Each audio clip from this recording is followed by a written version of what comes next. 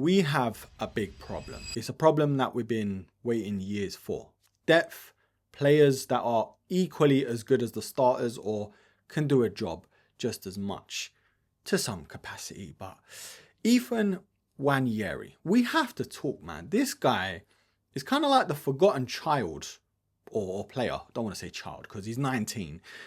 Bro, he was doing bits, not last year, the year before, where he had to step in for a Saka, sometimes an Odegaard. And bro, I feel like we have a lot to talk about with him. What do we do with him? Where does he play? His best position? Is he an Arteta player? Does he fit his system? Does he have all the attributes, not just on the ball, going forward for an Arteta player? But yeah, we got to talk, man. Anyway, if you're new here, I'm Erkin. This is Arse and all.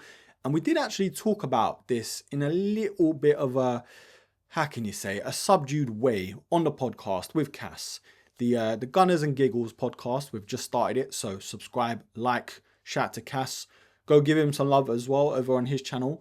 And yeah, I wanted to make this a whole video, man, because I think he deserves it. As much as we're after Vinny and we're after Barcola, but it looks like these players aren't going to be coming Arsenal anytime soon. Barcola's on his way to Liverpool, what it looks like.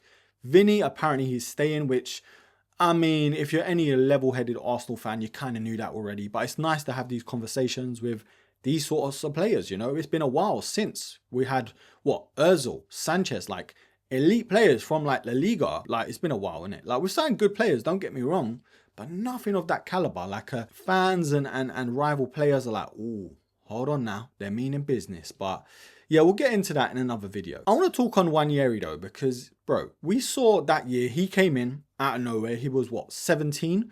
He was kind of like the Max Dowman before Max Dowman. Like, he was twisting and turning players off the wing, in the 10, in the pockets. And of course, Saka is Saka. So you're never going to get in ahead of him if he stays fit. And if we manage him well, you can, I guess, like here and there with Madueke, we've seen that as well. But bro, I think Nwaneri's biggest problem is, I don't know where, or I don't think we know where his best position is. Is it a 10? Is it on the wing? Is it a false 9? Is it maybe a bit deeper? Is it on the left? Like, we don't know. I think, yes, we've tried him on the right. He's done really well where he's had to. And in a 10, I think, personally, that's where his best position is. We've seen a couple bangers, you know, against City, I think Liverpool, couple here and there. And bro, honestly, like, I love him as a player.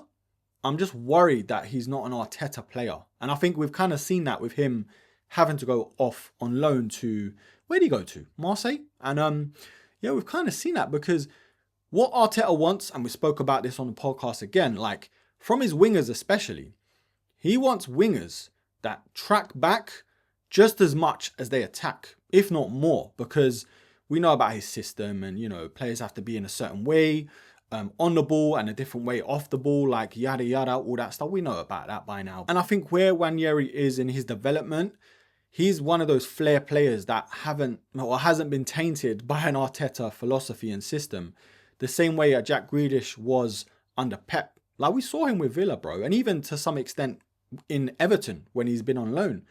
But bro, I think Nwaneri is kind of one of those players, you know. I don't think a Saka was, to be fair. He was very flary, if that's a word. But I don't think he was like a Nwaneri, like a free-flowing, an Odegaard, you know. He's been a bit tainted as well. But it's the work rate off the ball, the defensive work, where I think lets down Nwaneri in this team under Arteta. And you could be asking, hold on, why are you signing Vinny? Because he's just the same. And probably that's why we haven't gone for a player like that in the past. But again, systems can change. Players can adapt to systems. Don't get me wrong. And I think when you have an attacking talent like a Vinny, for example, like we did with Ozil, you kind of just let them do their thing and work around it and build around it. But Nwaneri being so young, and I think because we have a Madueke to cover on that side, Odegaard, Eze covering in the 10, obviously Max Dowman sort of blooming as well, he's kind of falling short. But what do we do with him? That's the question. Like, for me, I would loan him out, like maybe for another season, maybe a Bournemouth, a Fulham. Again, we spoke about this on the podcast. One of those teams where you know he's going to play. You know he's around good players like Arsenal boys, Iwobi, you know, Those sort of players like Bournemouth have such a great structure. I know they've changed managers and all that sort of stuff, but the club itself, we've seen Wilshere go there. We've seen all these sort of players that have needed game time and a way of playing and, you know, structure and systems, and they've done pretty well at these clubs, you know. So I think if he goes on loan for another year, we evaluate what we're doing with him. We evaluate what we're doing Madueke or Dalman and seeing where he actually fits, because maybe he doesn't know his best position yet. Arteta doesn't know. Do you know what I mean? So I think it works in his favour to go out on loan, get more experience in the Prem though. It can't be to France. It can't be to any of these teams where you can't look at him closely, or the type of football he's going to be playing week in, week out, he's not going to know because it's not in the Prem. Do you know what I'm saying? And look, going back now, that's a realistic thing, what I want. But if I had my way, I'd probably get rid of Madueke, to be honest, and or loan him out and let Nwaneri just ball out, man. You know, and he can cover in the 10 as well. I don't think Madueke could. Saka could be in the 10. Madueke could go to the right if needed.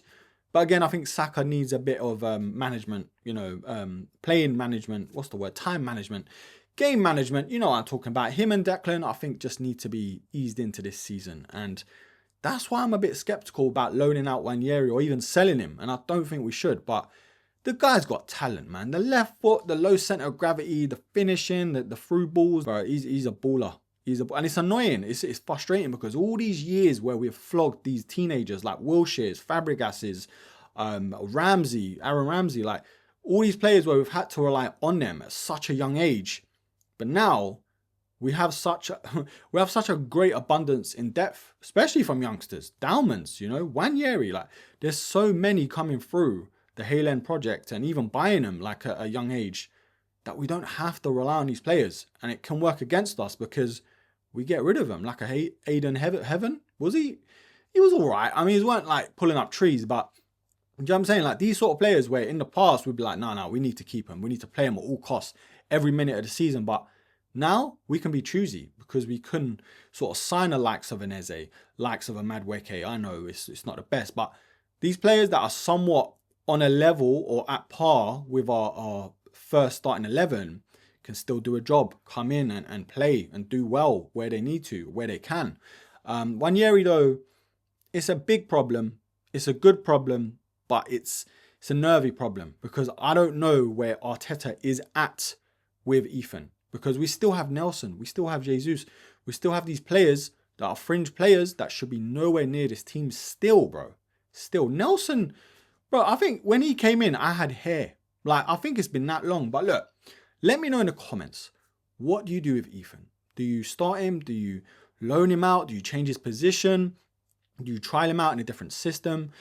Do you just get rid of him? Like, I don't even want to say that because you can see the talent this boy has, man. And when he gets a run of games in, when he's starting week in, week out, I know he's very young as well. That's why I'm not pushing to start him all the time for us. But in another team, bro, it's a scary thought. You know, if they use him in the right way, I'm not going to lie to you. In the Prem, it would be hard not to be talking about young PFA Player of the Year. Do you know what I'm saying? Like a Palmer, like a Foden in the past, a Saka.